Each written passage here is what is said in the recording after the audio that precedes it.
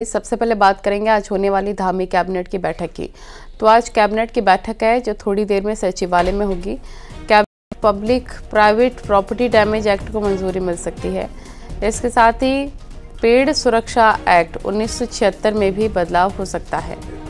तो ये बड़ी और अहम जानकारी इस वक्त दीपांकर भट्ट हमारे सहयोगी फोन लाइन पर जुड़ गए हैं। दीपांकर, क्या जानकारी? कुछ देर में कैबिनेट की बैठक शुरू होगी। 10:30 बजे का वक्त तय था, लेकिन माना जा रहा है कि 11 बजे तक कैबिनेट शुरू होगी। और आज की कैबिनेट में जो आपने बताया कि पब्लिक प्राइवेट प्रॉपर्टी और डैमेज का जो जुड़ा एक्ट है उसको कैबिनेट मंजूरी दे सकती है, क्योंकि हल्द्वानी में जिस तरह दंगे हुए थे उसके बाद ये बात साफ थी कि जो भी इस तरह की हरकतें करेगा उससे ही नुकसान का पूरा वसूली की जाएगी। तो ऐसे में अगर इस एक्ट को आज मंजूरी कैबिनेट देती है तो ये उत्तराखंड में एक नई शुरुआत के तौर पर मुख्यमंत्री ने कहा है कि हम किसी भी कड़े कदम को उठाने से चूकेंगे नहीं।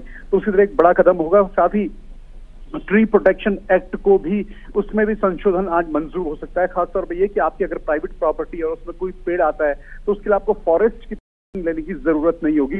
और इसके साथ साथ दूसरे और डिपार्टमेंट से जुड़े जो संशोधन है वो भी आज की कैबिनेट में आ सकते हैं। तो 11 बजे माना जा रहा है कि कैबिनेट की बैठक आज शुरू होगी। जी ठीक है, शुक्रिया आपका तमाम जानकारी के लिए।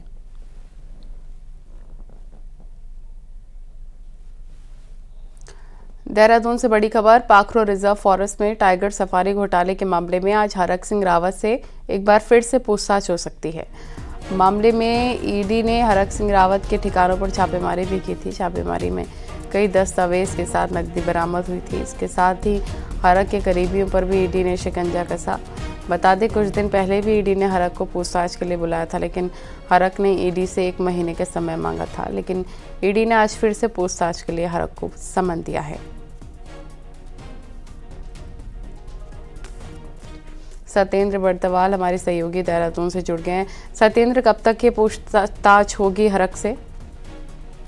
बिल्कुल नहीं, मैं आपको बता दूं कि पाखरो रिजर्व फॉरेस्ट में टाइगर सफारी घोटाले से जुड़ा ये पूरा मामला है, जहां ईडी ने 7 फरवरी को पूर्व वन मंत्री हरक सिंह रावत और उनके करीबियों के साथ जो फॉरेस्ट के अधिकारी हैं उस तत्कालीन उनके घरों, उनके जो ठिकाने हैं उनमें छापेमारी की थी। और उस छापेमारी में ईडी को काफी नकदी और कई दस्तावेज भी हाथ लगे थे, जिसको लेकर ईडी ने पहले तो फॉरेस्ट के अधिकारियों से पूछताछ की और अब हरक सिंह रावत को भी नोटिस जारी किया था इस पूरे मामले को लेकर।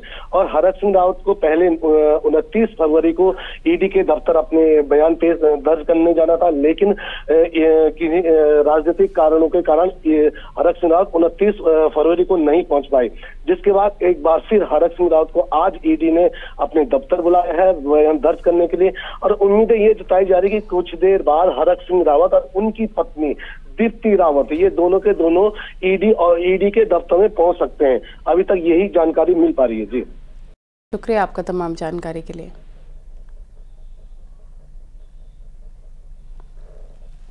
और हल्द्वानी के बनभूलपुरा कांड से जुड़ी खबर है, जहां हिंसा के फरार आरोपियों की तलाश जारी है। हिंसा के कई आरोपी अभी भी पकड़ से दूर हैं। पुलिस को 11 आरोपियों की लोकेशन यूपी में मिली है। यूपी के बरेली, मुरादाबाद, रामपुर, बिजनौर पुलिस टीम में भेजी गई हैं। पुलिस ने 50 महिला पत्थरबाजों की भी पहचान कर ली है।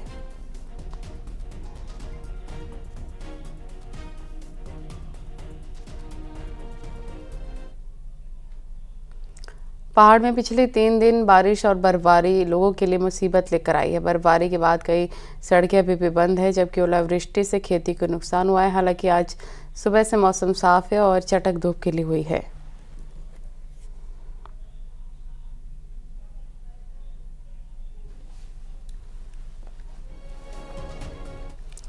चमोली में हो रही बर्फबारी के बाद एवलांच आने की आशंका जताई जा रही है। DGRE यानी कि defence geo informatics research Chandigarh ने इसके लिए चेतावनी जारी की है, जिसके चलते जिले के सभी अधिकारियों को सतर्क रहने के निर्देश दिए गए हैं।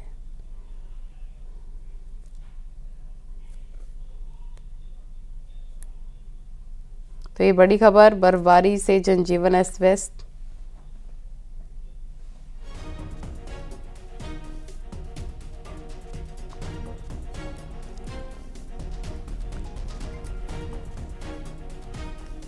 नितिन सेमवाल हमारे सहयोगी तमाम जानकारी के साथ हमारे साथ लाइव जुड़ गए हैं। और नितिन, बताया जा रहा है कि चमोली में बर्फबारी के बाद एवलांच आने की आशंका है। जी, निश्चित रूप से जिस तरीके से लगातार पिछले 3 दिनों से पहाड़ों में बारिश और बर्फबारी का दौर जारी रहा, तो उससे जो ऊंचाई वाले इलाके हैं वो माणा पास की तरफ या नीति पास की तरफ ऐसा अनुमान लगाया जा रहा है कि वहां पे एवलांच आ सकता है। इसको लेकर जिला प्रशासन को सतर्क रहने के निर्देश पहले से ही दिए गए थे, यानी कि कल शाम को जब ये पत्र जारी किया गया तो जिला अधिकारी को इस पूरे मामले में सतर्क रहने के निर्देश दिए गए हैं। एसडीआरएफ की टीम सतर्क है और जो तहसील मुख्यालय में जो आपदा कंट्रोल रूम बनाए गए हैं उनको भी सतर्क रहने के निर्देश दिए गए हैं। अगर हम मौसम की बात करें तो अभी भी अगर पहाड़ों में आप देख सकते हैं जो बर्फ की जो चादर है वो बिल्कुल जमी हुई है। जहां जहां भी अगर कैमरा पहुंच रहा है वहां पे आप देख सकते हैं कि किस तरीके से बर्फबारी हुई है और पहाड़ों में इस बार रिकॉर्ड तोड़ बर्फबारी फरवरी के महीने में दर्ज की गई है। तो कहीं ना कहीं जो बर्फबारी के बाद जो समस्याएं थी वो भी सामने आ रही हैं। एवलांच का खतरा बना हुआ है। इसके अलावा जो ग्रामीण इलाके हैं वहां पे पानी की ठीक है, शुक्रिया आपका तमाम जानकारी साझा करने के लिए। ये तस्वीरें भी आप दिखा रहे हैं, बहुत शुक्रिया आपका। तो तस्वीरें देख सकते हैं आप, बर्फबारी के बाद से DGRE चंडीगढ़ ने चेतावनी जारी की है एवलांच की। ये चमोली से तस्वीरें इस वक्त आप देख रहे हैं। चमोली में बारिश और बर्फबारी लोगों के लिए मुसीबत बन गई है। भारी बर्फबारी के बाद कई सड़कें बाधित हैं। सड़कों पर बर्फ जमने से गाड़ियां भी फंस रही हैं और बर्फबारी के बाद बद्रीनाथ नेशनल हाईवे हनुमान चट्टी से लेकर बद्रीनाथ धाम तक बंद है। वहीं पर दूसरी तरफ जोशीमठ औली मोटर मार्ग भी बाधित हो चुका है। साथ ही जोशीमठ के ज्योति विद्यालय के पास एक घर खतरे की जद में आ गया है। घर के नीचे की पूरी दीवार नीचे की तरफ खिसक गई है।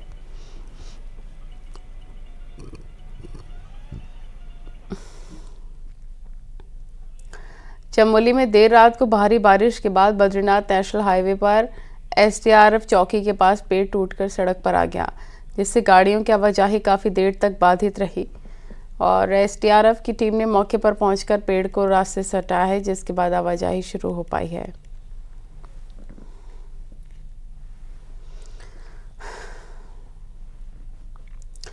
चमोली में बद्रीनाथ नेशनल हाईवे बारिश से बंद है।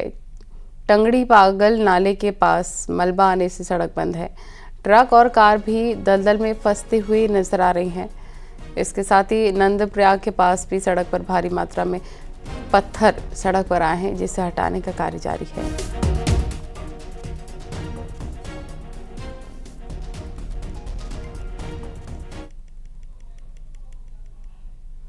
उत्तरकाशी के ऊंचाई वाले क्षेत्रों में पिछले 3 दिन से लगातार बर्फबारी जारी है। हर्षिल घाटी में भारी बर्फबारी हुई। गंगोत्री राष्ट्रीय राजमार्ग सुक्की टॉप से आगे बंद है। BRO की मशीन और मजदूर मार्ग खोले में जुटे हैं। इसके अलावा जिले की 4 सड़क भी बंद है। झाला से ऊपर भारी बर्फबारी के कारण बिजली सप्लाई बाधित है। हैवी स्नोफॉल से ऊंचाई वाले क्षेत्रों में जनजीवन पूरी तरह से अस्त व्यस्त है। की टॉप में कल रात से लगातार बर्फबारी शुरू थी, जो कि अभी तक जारी है। साथ ही पर्यटक यहाँ पर लुत्फ लेने के लिए आ रहे हैं और अब अभी सुबह से लगभग 7 इंच तक यहाँ बर्फ आज पड़ी है। नैनीताल के मौसम में 2 दिन बाद सुधार हुआ है। आज नैनीताल में धूप खिली है तो मौसम सुहाना है।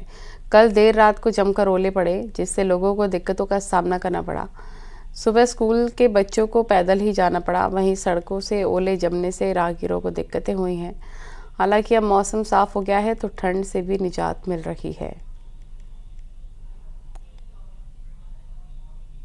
नैनीताल के मौसम ने एक बार फिर करवट बदल ली है और ये देख सकते हैं कि किस तरह से गुनगुनी धूप जो है वो खिली हुई है। हालांकि टूरिस्ट की कमी जरूर है, हल्की फुल्के टूरिस्ट हैं वो नैनीताल पहुंच रहे हैं, लेकिन बावजूद इसके जो पर्यटन कारोबार है उस पर खास असर पड़ा है। लेकिन जिस तरह से कल रात बारिश हुई थी और जो ओले गिरे थे उससे जाम की स्थिति सुबह सड़कों पर बन गई थी। स्कूली बच्चों को आने जाने की दिक्कतों का सामना सुबह करना पड़ा है। और इसके अलावा ख़ास तौर पर जिस तरह का नैनीताल में इस वक्त बिल्कुल ऑफ सीजन चल रहा है, पर्यटकों की कमी है, उससे एक कारोबार को भी बड़ा नुकसान हुआ है। लेकिन जिस तरह से कल लगातार गोलाबारी हुई है, चाहे वो मुक्तेश्वर वाला इलाका हो, रामगढ़ वाला इलाका हो या उसके अलावा पंगूट बगड़ वाला इलाका हो, मटर समेत तमाम फसलों को नुकसान जरूर हुआ है।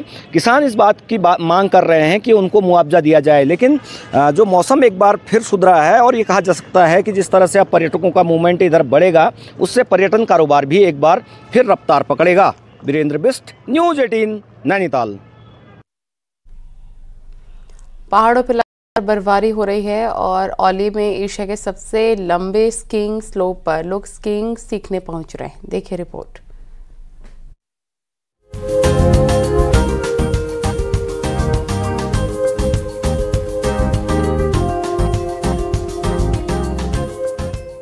उत्तराखंड में लगातार हो रही बर्फबारी जहां लोगों के लिए मुसीबत बनी हुई है, वहीं ओली में एशिया के सबसे लंबे स्कीइंग स्लोप पर जमी हुई कई फीट बर्फ स्कीइंग खिलाड़ियों के लिए फायदेमंद साबित हो रही है और देश के कोने कोने से स्कीइंग खिलाड़ियों के साथ स्थानीय और पर्यटक स्कीइंग सीखने के लिए यहां पहुंच रहे हैं।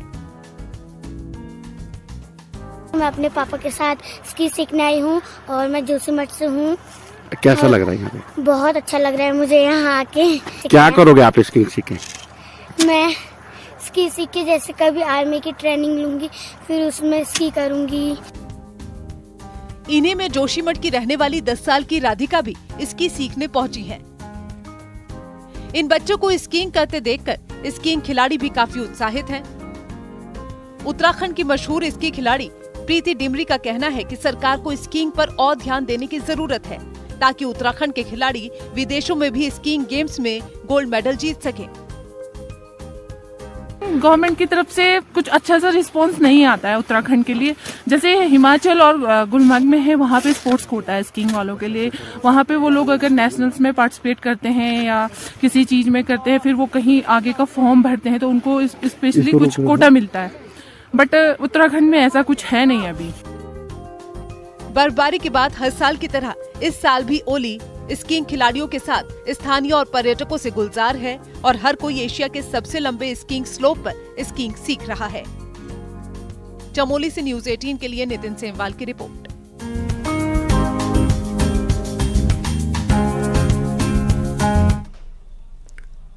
लोकसभा चुनाव को लेकर बीजेपी पूरी तरह से एक्शन मोड में आ चुकी है। 3 लोकसभा टिकटों के ऐलान के बाद बीजेपी ने बूथ स्तर पर संपर्क के लिए महाअभियान शुरू करने जा रही है और इस चीज़ के तहत सरकारी योजनाओं का फायदा ले रहे लोगों से सीधा संवाद बीजेपी के नेता करेंगे। पार्टी नेताओं पदाधिकारियों को अपने बूथ पर जाने के निर्देश दिए गए हैं, जहां 3 दिन तक अपने बूथ पर विधायक और पार्टी पदाधिकारी रहेंगे। साथ ही मंत्रियों को भी अपने बूथ में 3 दिन गुजारने होंगे। प्रदेश में 11,000 बूथों पर बीजेपी का महाअभियान चलेगा।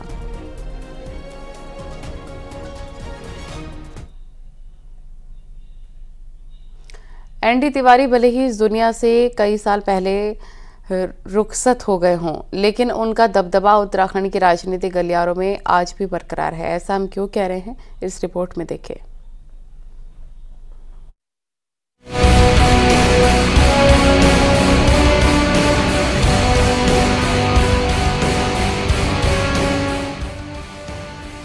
लोकसभा चुनाव की रणभेरी बज चुकी है, लिहाजा उत्तराखंड की 5 लोकसभा सीटों में सबसे वीवीआईपी सीट रही नैनीताल पर सबकी निगाहें हैं, क्योंकि केसीपन, एनडी तिवारी, भगत सिंह कोश्यारी, बच्ची सिंह रावत, हरीश रावत, नैना बलसावर, मुजफ्फर अली और अजय भट्ट जैसे कद्दावर नेता इस लोकसभा सीट से किस्मत आजमा चुके हैं।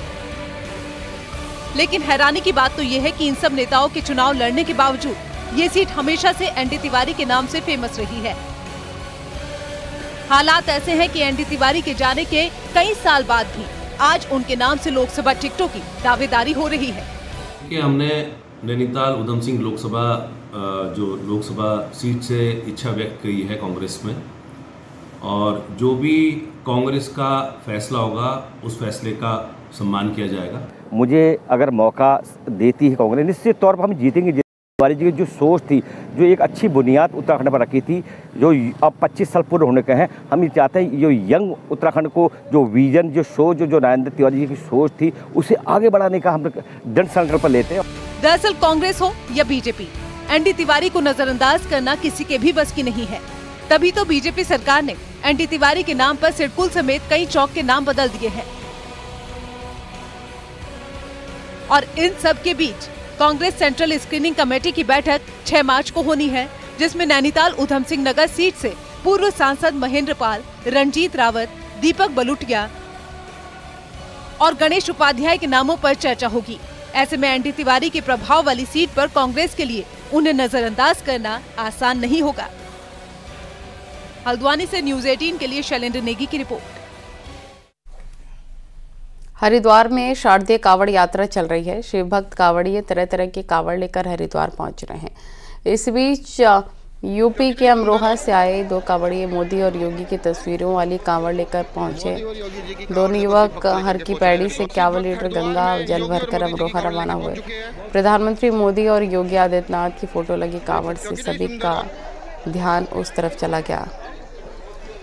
मोदी और योगी जी की कावड़ देखो शिव भक्त लेकर के पहुंच रहे हरिद्वार। शिव भक्त हरिद्वार में योग। और अब आपको दिखाते पहाड़ टॉप 10 न्यूज। हरिद्वार में होटल में ठहरे एक युवक ने फांसी लगाकर की आत्महत्या।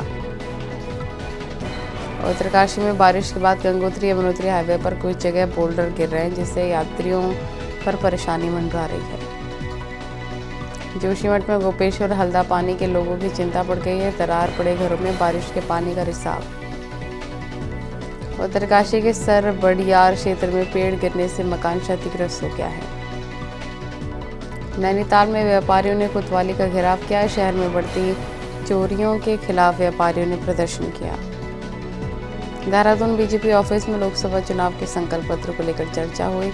संकल्प पत्र के लिए आम लोगों से किस तरह से सुझाव मांगे जाएं, इस पर मंथन हुआ। नैनीताल सीट पर सांसद अजय भट्ट को टिकट मिलने की कार्यकर्ताओं में खुशी। नैनीताल में कई जगह ओलावृष्टि, इसकी वजह से किसानों की फसलों को काफी नुकसान। रुद्रप्रयाग में 2 दिनों से लगातार बारिश के बाद मौसम साफ, हालांकि पहाड़ की चोटियां बर्फ से ढक गई हैं। ऋषिकेश में 4 धाम यात्रा पर जाने वाले यात्रियों की हेल्थ स्क्रीनिंग पर फोकस रखा गया है। इसके लिए यात्रा टर्मिनल में हेल्थ चेकअप पॉइंट रखे जाएंगे। और यहाँ रुकेंगे एक छोटे से ब्रेक के लिए।